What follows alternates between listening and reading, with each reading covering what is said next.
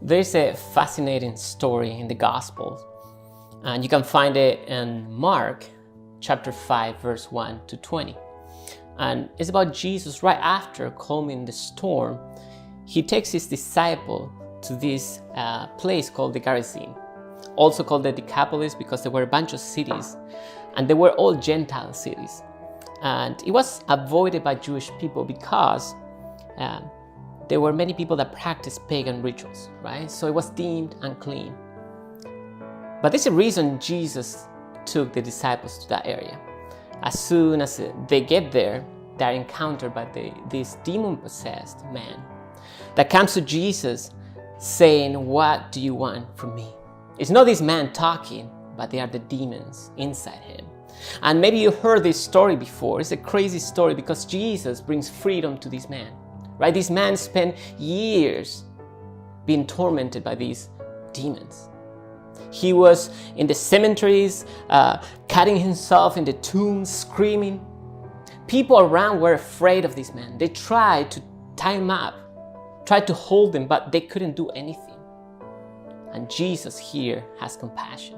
He frees the man. He sends the demons into the pigs. And maybe you heard the story, the pigs go down the cliff. You might imagine that the people around are surprised, but also happy that finally this problem is solved. But the response is not that. The people are afraid. They don't know what's going on. Maybe the people that were taking care of the pigs, they're like, "Oh, we lost a bunch of pigs." And they ask Jesus to leave. It's like, "I don't know what's going on here, please leave." But can you imagine this man, after many years, finally being freed? Finally, he can be himself. He's not trapped in his own body. So he's so thankful to Jesus that the only thing he can say is, "Jesus, I want to follow you." And I want to take you to Mark 5, 19 to 20. This man is asking Jesus, "Can I please follow you?" And Jesus responds with a surprising response. Jesus did not let him, he says the scripture, but he said, "Go home to your own people and tell them how much the Lord has done for you and how he has had mercy on you." So the man went away and began to tell the Decapolis how much Jesus had done for him. And all the people were amazed. Just imagine that man's life being transformed. But also I want you to understand, why did Jesus didn't let him to follow him? Because later on, if we fast forward to Mark 7 and 8, Jesus later in his ministry is returning to that area, to the Decapolis, to that place that was very pagan, that the Jewish people avoided. Jesus returns here, and this time the people are not afraid anymore. Instead, they know Jesus. They know this man. For some reason they do, and I think you can imagine why. They listen to him, they hear his teachings, and thousands gather. And that is also a place where Jesus fed the 4,000. There was a man that once was tormented, that tried to follow Jesus, and Jesus had a better plan for him.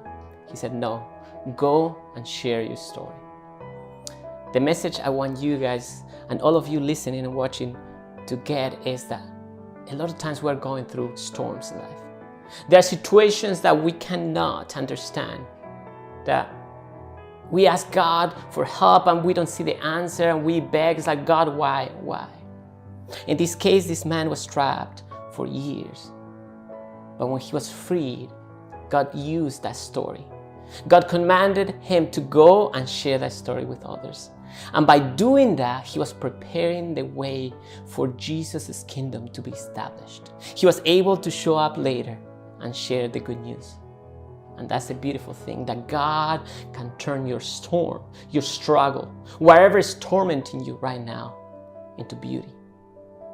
God can turn the demons in your life for good, for his kingdom. Not just for your own good, not just so you feel better, but so you can help others find Jesus.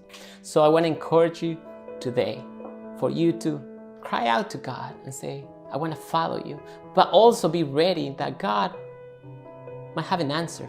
an answer that might be different than the one you expect. But God might be calling you to share His word, to evangelize, to share the hope you found in Jesus and turn your story into beauty. Thank you.